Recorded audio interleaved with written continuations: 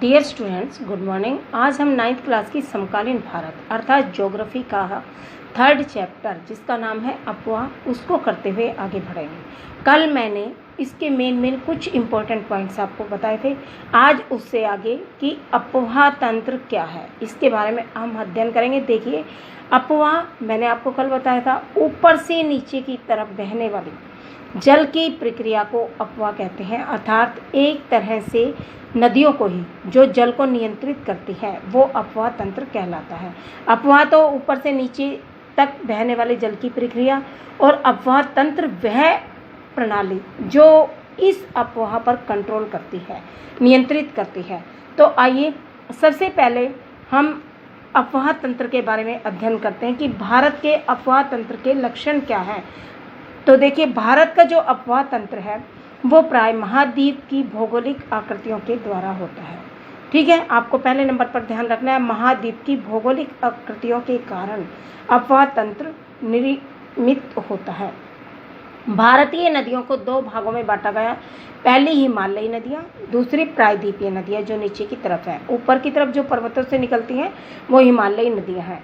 भारत में बारहमासी तथा मौसमी, बारहमासी नदियाँ ये होंगी जो हिमालय से निकलती हैं, और मौसमी ये होंगी जो आपकी प्रायद्वीपीय नदियाँ हैं।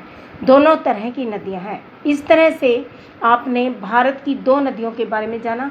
कौन कौन सी नदियाँ? बारहमासी और आपकी प्रायद्वीपीय नदियाँ। अब उसके पश्चात हम पढ़ते हैं नदियों द्वारा बनाए गए अफवाह के प्रतिरूप। जब नदियाँ बह कर आती हैं तो किस तरह से अफवाह में बहते हुए विभिन्न प्रतिरूपों को धारण करते हैं। हम नदियों को देखकर किस तरह से पहचानेंगे कि इसने कौन सा प्रतिरूप बनाया है। तो देखिए, इस चित्र को देखकर आपको समझ आएगा। नदियाँ कई तरह के प्रतिरूप बनाते हुए चलती हैं। सबसे पहले हम लेते हैं द्रुमाकृतिक प्रतिरूप। द्रुम का मतलब एक तरह से वृक्ष होता है, तो वृक्ष की शाखाओं के समान दिखाई देने वाली नदियाँ। जिस तरह से आपको यहाँ दिखाई दे रहा है एक बड़ा पेड़, उसकी विभिन्न शाखाएं, इसी तरह से द्रुमाकृतिक आकृति में एक मुख्य नदी होती है इस पेड़ की तरह, और ये छोटी छोटी जो शाखाएं दिखाई दे रही हैं आपको, ये एक उन सहायक नदियों की तरह होती है जो इस मुख्य नदी में आकर मिलती है। कोई यहाँ से, कोई यहाँ से, कोई यहाँ से आती हुई और इस मुख्य नदी में मिल जाती हैं।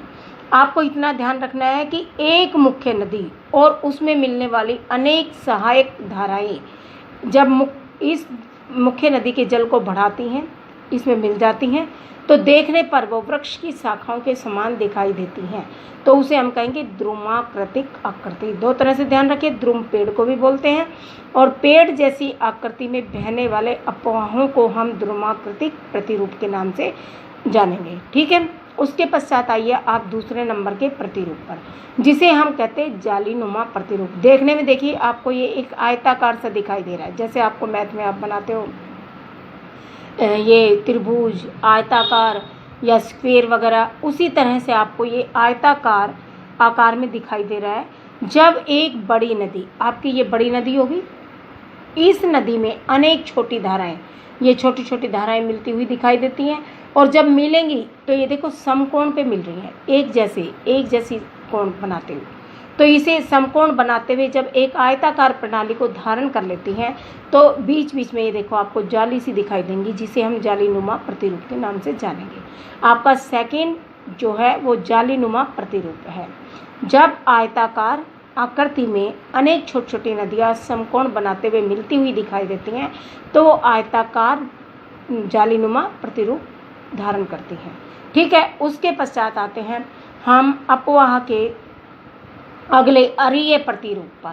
अरीय प्रतिरूप देखिए आपको ये दिखाई दे रहा है, इसमें अनेक धाराएं, एक केंद्रीय शिखर, ये केंद्र शिखर हो गया, एक शिखर चोटी की तरह, जैसे मंदिरों के ऊपर शिखर सा गुंबद आकार सा दिखाई देता है ना, उस तरह से ये दिखाई दे रहा है आपको।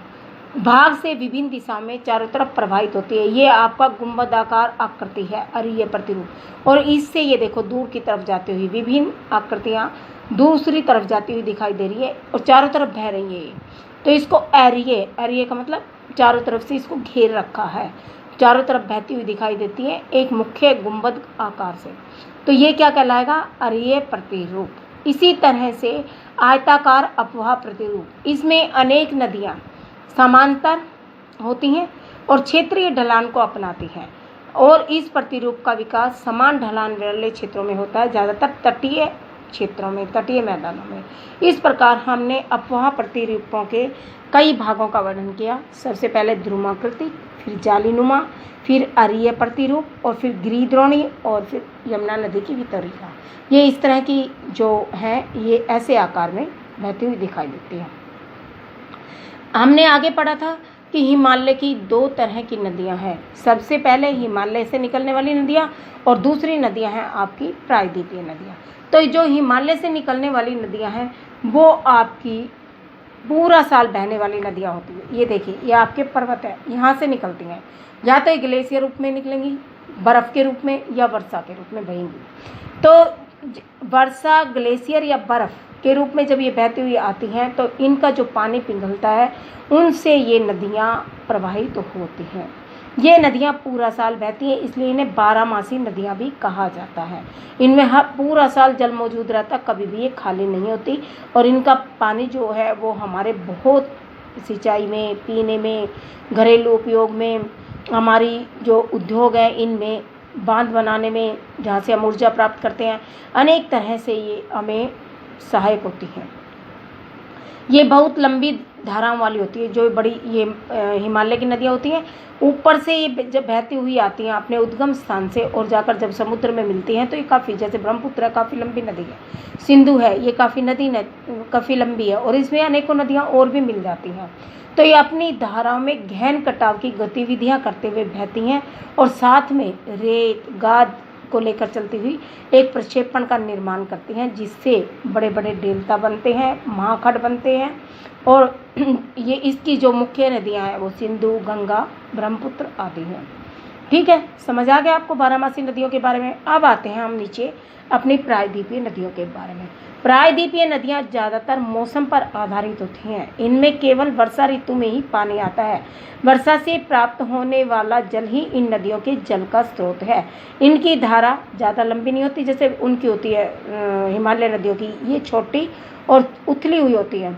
इनमें कुछ नदियाँ तो यहाँ मध्यवर्ती उच्च भूमि से निकलती है, बीच के हिस्से से, और पश्चिम की ओर बहती है। यहाँ से निकलेंगी, ये हमारी पश्चिम दिशा है तो इस तरफ जाती हैं, मध्यवर्ती भूमि से निकलती है। इनमें अधिकतर नदियाँ पश्चिमी घाटों से उत्पन्न होकर बंगाल की खाड़ी की ओर बहती हैं और इसकी मुख्य नदियाँ हैं जैसे गोदावरी हो गई, आपकी ये कावेरी हो गई, गोदावरी, कावेरी, महानदी, कृष्णा, ये आपकी प्रायद्वीपीय हैं। इस प्रकार आज हमने अपने हिमालय की नदियाँ, प्रायद्वीपीय नदियाँ और अफवाहों की आकृतियाँ और अफवाह तंत्रों के बारे में अध्ययन किया। इससे अगले टॉपिक को हम कल पढ़ेंगे। आज के लिए इतना ही काफ़ी है। जो नोट्स आपको भेजे जा रहे हैं उनको साथ में राइट करते हुए चलना है ताकि आपका लिखने का काम भी साथ साथ होता रहे और मैप भी साथ लेते हुए चलना है। ठीक है, थैंक यू वेरी मच।